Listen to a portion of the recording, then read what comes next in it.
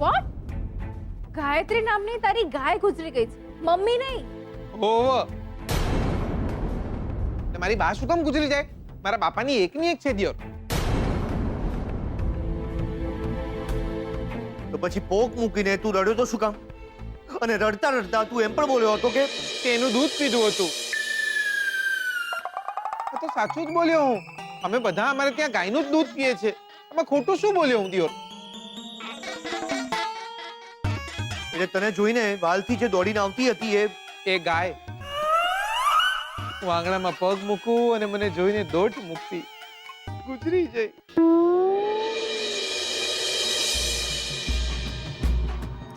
અરે પણ અમે બોલ્યા હતા કે તું હિંમત રાખજે જીગલા, તારી બા ગુજરી ગઈ છે. તો તારે તે વખતે કહેવું જોઈએ ને કે બા નહીં પણ ગાય ગુજરી ગઈ છે. દાદાજી, હું ડઘાઈ ગયો હતો. આઈ વોઝ શોક. મને ખબર નથી પડતી કે શું કરું શું નહીં. મારું મગજ બેર મારી ગયું હતું. સાચું કહું તો તમે બધા જે બોલી રહ્યા હતા એ મને કંઈ સંભળાઈ જ નહોતું રહ્યું. પણ જીગર, આ તો હદ છે. તારી મમ્મી ગુજરી ગઈ છે એવું સાંભળીને અમે લગ્નની તારીખ પાછી ઠેલાવી. અને હવે તું કહી રહ્યો છે કે તારી મમ્મી ની તારી ગાય ગુજરી ગઈ હતી. એટલે ભાભી, તમે બી છે ને યાર. હવે મારી બા ના ગુજરી ગઈ એમાં હું શું કરું? આઈ એમ સોરી દાદાજી.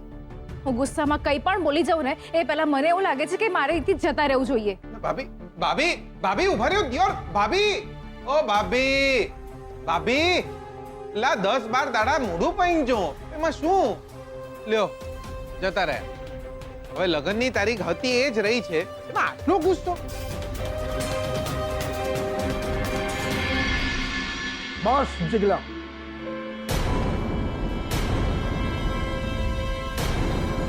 બસ જીગલા.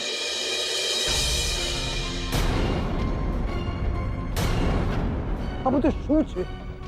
આ સવાલ માત્ર લગ્નની તારીખનો નથી, તો મારા બધાની લાગણીઓ સાથે રમ્યો છે.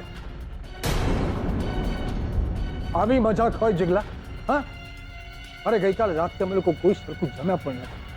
તારા બા ગુજરી ગયા છે એવું માનીને અમને એમ લાગતું હતું કે અમારા પરિવારમાંથી જ કોઈ ગયું છે. હા, અમે બધા ભેગા થઈને અત્યારે મહેસાણા આવવા માટે નીકળી રહ્યા હતા કે જીગરને પડખે આપણે ઊભા રહેવું જોઈએ. અને તું છે કે હદ કરી જીગલા, તે તો હદ કરી. આવી રીતે મજાક હોય? તારી જગ્યાએ જો બીજો કોઈ હોત ને તો મારો હાથ ઉપડી જા. બહુ ગુસ્સો આવે છે તાર પર જીગલા, અને સાથે દુઃખ પણ થાય છે કે તે અમારા બધા સાથે આવું કર્યું. જીગલા, તે આજે અમને મૂરખ બનાવ્યા છે, મૂરખ.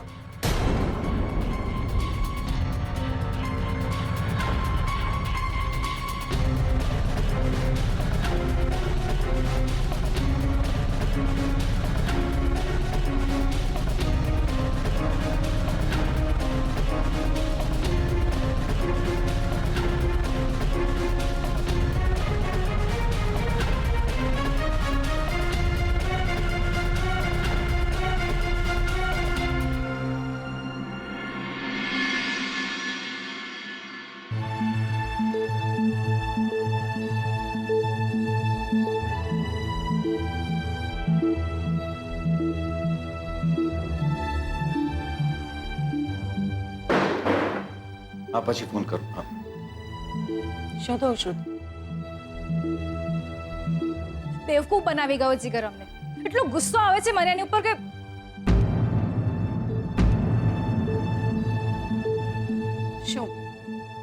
શું થયું? શું ગાયત્રી નામની એની ગાય મરી ગઈ છે મહેસાણામાં, એની મમ્મી નહીં.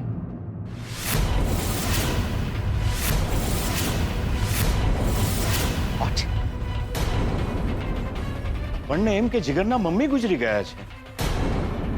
શોધનના ઘરે પણ એવું જ લાગ્યું. અરે દાદાજી અને રંજીત ફુવા તો મહેસાણા જઈ રહ્યા હતા આજે, અને ત્યાં જ જીગર આવ્યો લહેરાતા લહેરાતા,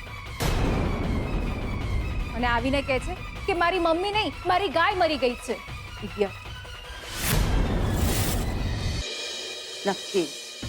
નક્કી આ બધું જ પેલી છોકરી અને જીગરનું કાવતરું છે. આપણે લગ્નની તારીખ આગળ કરી એટલે તારીખ મોડી કરાવવા માટે આ બધું નાટક કર્યું છે એમણે. મમ્મા પ્લીઝ, કંઈ પણ થાય છે એટલે સ્વીટુનો વાંક કેમ કાઢે છે તું? અને આ બધું જીગરના લીધે થયું છે. ચૂપ કર. દરેક વાતમાં એ છોકરીની તરફદારી કરવાનું બંધ કર તું. શ્રુતિ, મેં તને કેટલી વાર કહ્યું છે કે દૂર રહે એ છોકરીથી. એ છોકરી જેવી દેખાય છે એવી નથી. કહ્યું છે ને મેં તને. એણે જ જીગર સાથે મળીને આ કાવતરું કર્યું છે. મમ્મા પ્લીઝ, આ બધામાં સ્વીટુને શું લેવા દેવા? આ બધી મિસઅન્ડરસ્ટેન્ડિંગ પેલા જીગરના લીધે થઈ છે. મિસઅન્ડરસ્ટેન્ડિંગ? આ કોઈ મિસઅન્ડરસ્ટેન્ડિંગ નથી. ઘરમાં ગાય મરી ગઈ છે કે માં મરી ગઈ છે એની ખબર ન પડે માણસને. અરે પણ કલ્પના, કૈલાશ, આપણે જે લગ્નની તારીખ આગળ કરાવી હતી ને એ લગ્નની તારીખ પાછળ કરાવવા માટે એ છોકરી અને જીગરે આ કાવતરું કર્યું છે બધું. શું કંઈ પણ બોલે છે મમ્મા? કંઈ પણ થાય છે એમાં સ્વીટુનો જ વાંક દેખાય છે તને.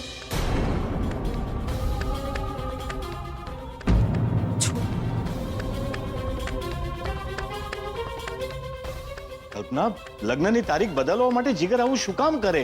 એની પણ ભૂલ થઈ હોય. ઓ, એટલે હવે શ્રુતિની જગ્યાએ તમે મારી સામે પડશો એમ?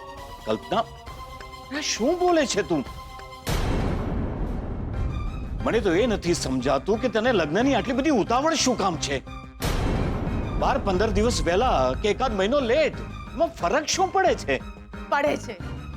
ફર્ક પડે છે. મને ફર્ક પડે છે કૈલાશ.